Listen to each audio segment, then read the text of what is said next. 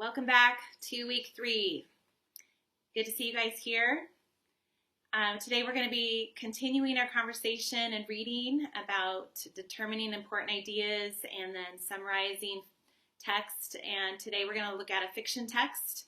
We are going to be looking at a short text out of this book, Hey World, Here I Am, by Jean Little. This text will also be available to you on your schedule on Wednesday, and you'll be taking a short Google form about the important ideas of this text, and then writing a summary of this text. Remember that important ideas lead us to a really good summary. And why do we write summaries? It's really important that we learn this strategy to help us understand what a text is about, and also to be able to communicate that text about that text. So think of in real life, you use summary skills to talk about a movie that you saw with a friend, or maybe a book that you've read to a friend, or your parents. So it would be really a good thing for you to try that out and communicate instead of writing it down. I do want you to write it down on that Google form this week, but also practice those communication skills with a friend and communicate the summary of a story that you read. So that's good practice. This book is a collection of poems and stories written by a fictitious teenager named Kate Bloomfield. And the one that I'm going to read to you today is called Mrs. Buell. And it's where Kate tells about a woman who owns a neighborhood store. And so go ahead, and I want you to think about those important ideas as I read. Let's get started. Mrs. Buell. Here's a picture of the store.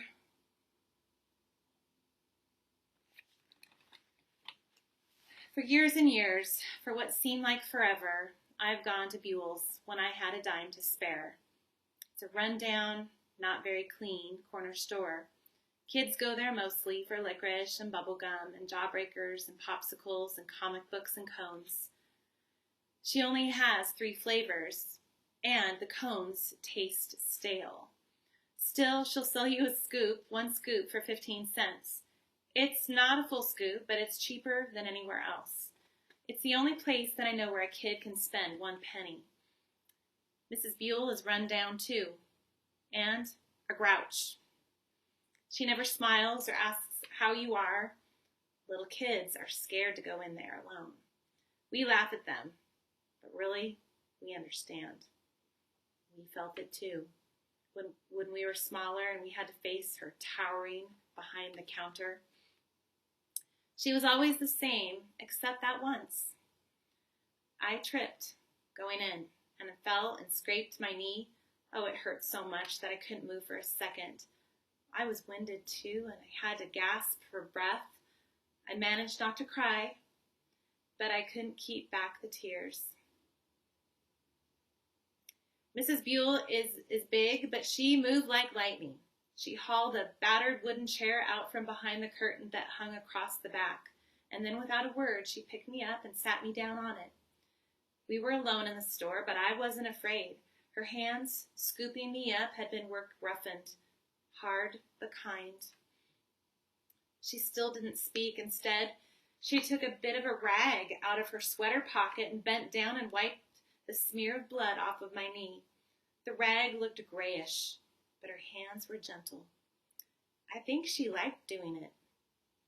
Then she fetched a Band-Aid and stuck it on. Does it still sting?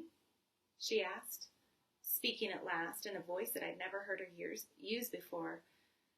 I shook my head, and she smiled. At least I think she did. It only lasted a fraction of a second, and I wasn't looking straight at her. At that moment, Johnny Gersano came in with 1 nickel clutched in his fist. He was so intent on the candies that he hardly even noticed me. He stood, trying to decide. Make up your mind or take yourself off, she growled. She had gone back behind the counter, and I waited for her to look at me again so I could thank her. But when he left, she turned her back and began moving things around on the shelves. I had meant to buy some jujubes, but lost my nerve. After all, everybody she knew hated kids. She probably was sorry now that she even fixed my knee. I slunk out without once opening my mouth. Yet whenever I looked down and saw the Band-Aid, I felt guilty. As soon as one corner came loose, I pulled it off and threw it away. I didn't go near the store for weeks. She was terribly fat. She got so hot in the summer that her hair hung down in wet strings and her clothes looked limp. In winter, she wore the same sweater every day, a man's gray one, too big, with sleeves pushed up. They kept slipping down, and she'd shove them back a million times a day. She never rolled up the cuffs to make them shorter. She never took days off. She always was there. We didn't like her or hate her. We sort of knew that selling stuff to kids for a trickle of small change wasn't a job that anyone would choose, especially in that poky little place with flies in the summer, and the door being opened all winter, letting in blasts of cold air. Even after the day when she fixed my knee, I didn't once wonder about her life. And then I stopped at Buell's one afternoon, and she wasn't there. Instead, a man and a woman I'd never laid eyes on were behind the counter sorting through stacks of stuff. They were getting some boxes down off of a high shelf, and then so they didn't hear me come in. I was so amazed I just stood there, gawking.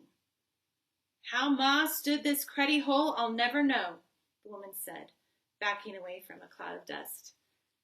Didn't she ever clean? Give the subject a rest, Glow, he answered. She's dead. She won't bother you any longer.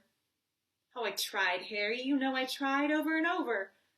I told her she could move in with us. God knows that I could have used a bit of cash and her help looking after those kids. I think I must have made a sound then. Anyway, she whirled around and saw me. This place is closed, she snapped. Harry, I thought I told you to lock the door. What did you want? I didn't want anything from her, but I still could not believe Mrs. Buell wasn't there. I stared around. I said we're shut. If you don't want anything, beat it, she told me. The minute I got home, I phoned Emily, and she said her mother had just read it in the paper. She had a daughter, Emily said, her voice echoing my own sense of shock. She died of a heart attack. Kate, her whole name was Catherine Ann Buell.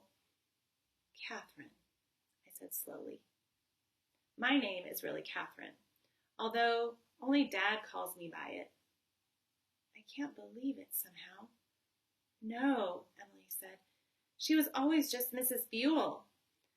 I told her about Glow and Harry, and after we hung up, though, I tried to imagine Mrs. Buell as a child. Instead, I saw her bending down, putting that Band-Aid on my knee. Her hair had been thin on top, I remembered, and she'd had dandruff. She had tried not to hurt me. Glow's voice talking about her had been so cold. Had she had anyone who loved her? It seemed very unlikely. Why hadn't I smiled back? But to be honest, something else bothered me even more. Her going had left a hole in my heart. Because of it, I knew for the first time that nothing was safe, not even the everyday, taken for granted background of my being. Like Mrs. Buell, pushing up her sweater sleeves and giving me my change.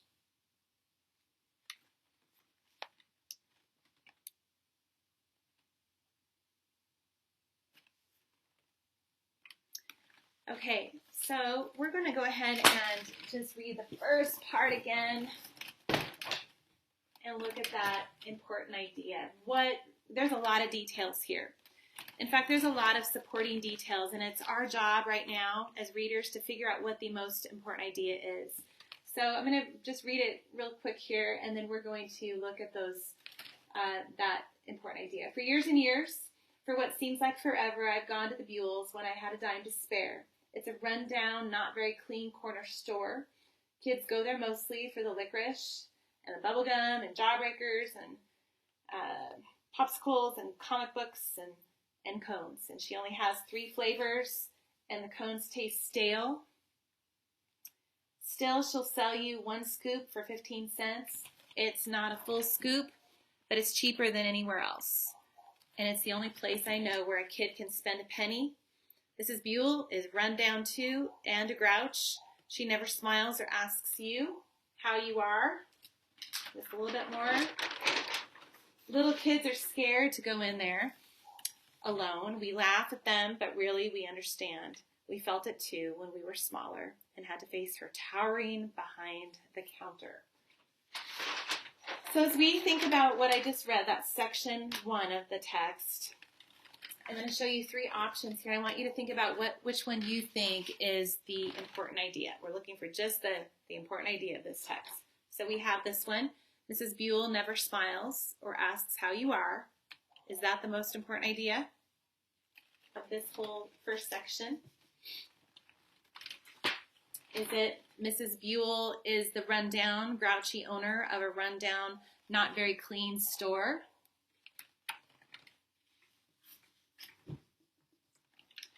Or would it be there are only 3 flavors of ice cream and the cones are stale? Well, it's fairly obvious that it's going to be this orange one here. Mrs. Buell is the rundown, grouchy owner of a rundown, owner of a rundown, not very clean store. These 2 here are under the umbrella, so to speak. They're the supporting details. We're going to call these supporting details that back up that important detail. Okay, so remember that when you're writing your summary, you're not going to give us all the little nitty-gritty details about the 3 flavors of ice cream and the popsicles and that she never smiles. We do, her being grouchy is important. So this does back up the smiles. She never smiles does come under this main point here. It's an important idea. And here's our evidence here. It's a rundown, not very clean corner store. And Mrs. Buell herself is run down too, and a grouch. Oh, you can't see that. There we go. Mrs. Buell is run down too, and a grouch. So we have the where and the who, basically, to start this story off. And those are good clues to know what our important idea is. So hope that makes sense. On Wednesday, I would like you to get on a Google form, and I think there's 6 sections of this book, and I would like you to reread the text that's provided for you in the schedule on Wednesday. Reread that, look it over, and take the quiz, citing those important ideas. Not supporting details, but important ideas for each section, okay? And then the very last question, your teacher is going to grade. It's worth 5 points. And you need to write a summary, putting those important ideas together and writing a nice 4 to 5 sentence summary for us to look at. And we'll go through and give those a grade. So hope you all are well. Thanks for listening and have a great day.